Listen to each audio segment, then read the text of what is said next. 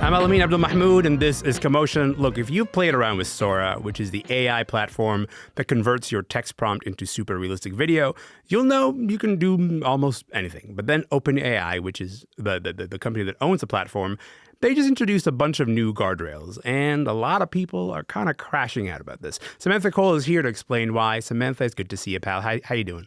So good to see you. How's it going? Not bad at all. Look, I've tried to sort of avoid Sora as much as possible, but let me just real quick explain the typical experience of somebody trying to use Sora up until very recently. What could you do on there?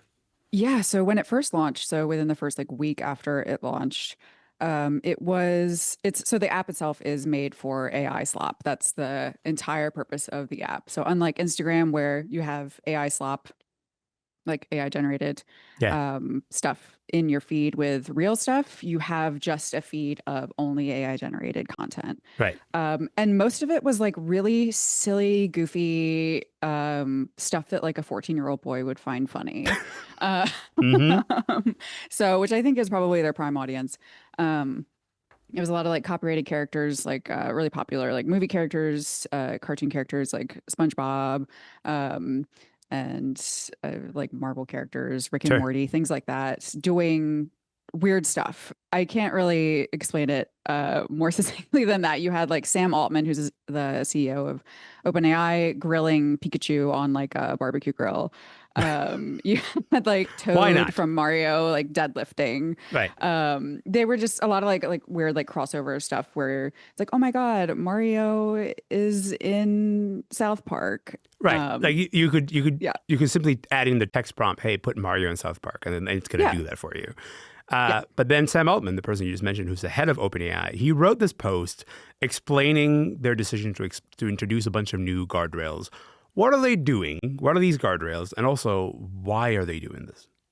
So it was a free for all. It was a IP rights free for all until about 5 days. I think it was less than a week that this lasted into the launch of the app, where you could do all these like funny, weird things with characters. And then I think it was 2 Saturdays ago now, Sam Altman announced that they were going to move from what they had, which was an opt-out policy for rights holders. So if you were Nickelodeon or Universal Studios or whatever, you would have to go to the app and find your IP being infringed on, and then submit a report and say, "Hey, I don't want my billion-dollar character doing this weird shit," Which eventually was which bound is to happen.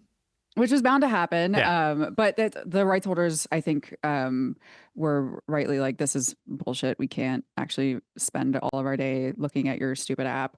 And I don't blame them. So the vibe that I got from Sam's blog post was extremely like somebody got yelled at. Um, of course, he framed it as like, we're listening to feedback. We're trying Mm, to give users a better experience. We would like to give rights holders more granular control over the generation of beautiful corporate characters. language. Yep.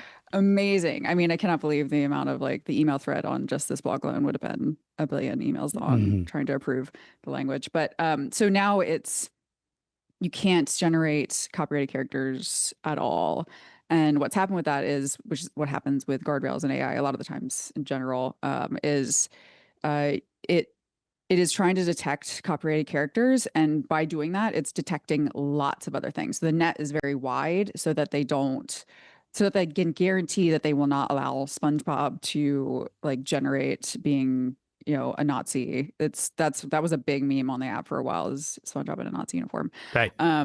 So they're like, we cannot have that, so we're going to make the parameters very wide, and now people can't really generate much of anything anymore, or at Sure. least definitely not that copyrighted stuff that they were really into in the first place. Which is like that's the thing that propelled the popularity of the app. So Yeah. like when you have a bunch of people who are crashing out over these, guardrails, or saying, you know what, I'm really upset because this is what I really liked about this app. What are the reactions that you're seeing in terms of how people are feeling about these new guardrails? People are having a bad time. I mean, like I said, Okay. like Yeah. I said, They're I think they're the really core, angry. They seem really they're angry. really mad. Yeah. Like I said, the core audience is like for either literal like teenagers or people whose mindset is probably that of a teenager.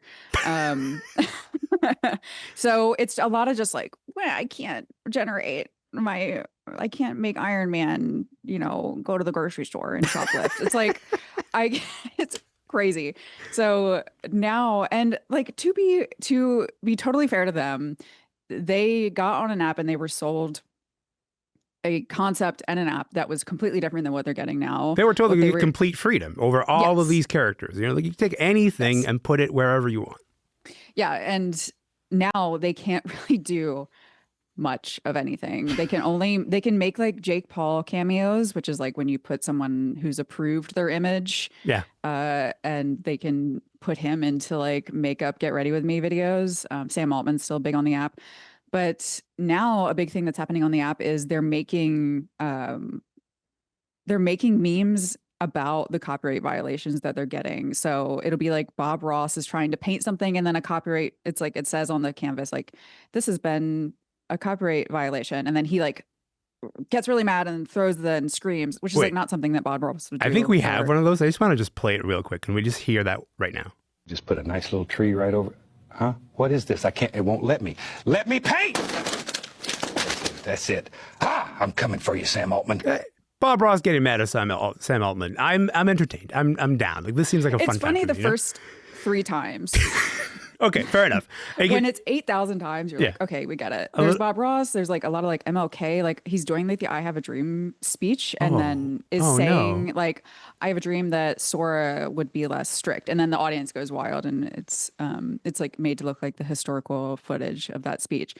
It's just like, I emailed the King family estate and I was like, are you guys cool with this? They haven't replied. Yeah. I doubt I don't it. imagine they And would be, but you know. And I doubt that like Bob Ross's estate is also pleased with this because he was a very like kind and gentle, meek person. Right. That was the whole brand. That's the whole point, is that he's a very chill person. Look, we got about 30 seconds left here, but if you can't make, you know, Dracula visit Paris or whatever, like something which is a thing that you've tried, are there any alternatives? Like, do you think people are just going to go, you know what, I'll go to whatever platform has way fewer restrictions than this? Or is this kind of like, does this change how people feel about Sora? I mean, I think people definitely are feeling very tricked by Sam Altman and ChatGPT, as they probably should. Also, it's just kind of like you keep touching this hot stove and getting fooled by it. It happened with ChatGPT before. It's going to happen for their next product. I think people will try to make the next thing that lets you do this, but also these rights holders, these huge companies with more money than God, are paying attention now.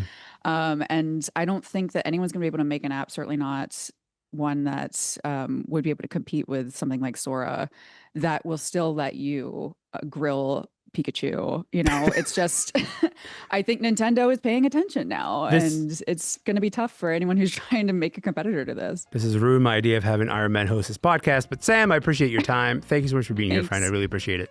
Thank you. Thank you. Samantha Cole, co-founder at 404 Media. She's in Brooklyn. My name is Elamin Abdelmahmoud. This show is called Commotion. We'll be back tomorrow, and we would love to see you then.